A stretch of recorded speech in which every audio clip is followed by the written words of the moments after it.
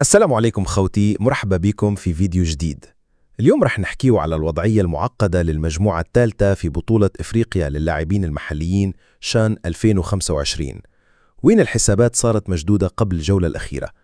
بعد نهاية الجولة الرابعة، التعادل 1-1 بين الجزائر وغينيا والتعادل السلبي بين جنوب إفريقيا والنيجر مع إعفاء أوغندا خلى ترتيب المجموعة الثالثة على نحو التالي: أوغندا 6 نقاط، الجزائر 5 نقاط، جنوب أفريقيا 5 نقاط، غينيا 4 نقاط مقصات، النيجر نقطة واحدة مقصات. يعني الصراع على بطاقتي التأهل محصور بين الجزائر، أوغندا وجنوب أفريقيا. الجولة الأخيرة يوم الاثنين المقبل على الساعة 18 بتوقيت الجزائر ضد النيجر، أوغندا ضد جنوب أفريقيا، غينيا معفاة من اللعب.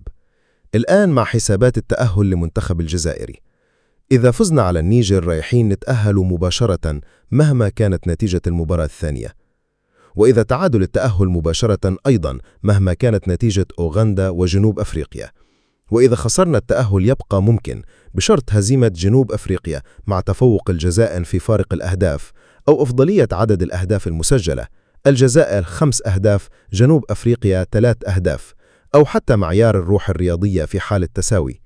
معايير الفصل في الترتيب في حال التساوي: 1. نتيجة المواجهة المباشرة. 2. فارق الأهداف. 3.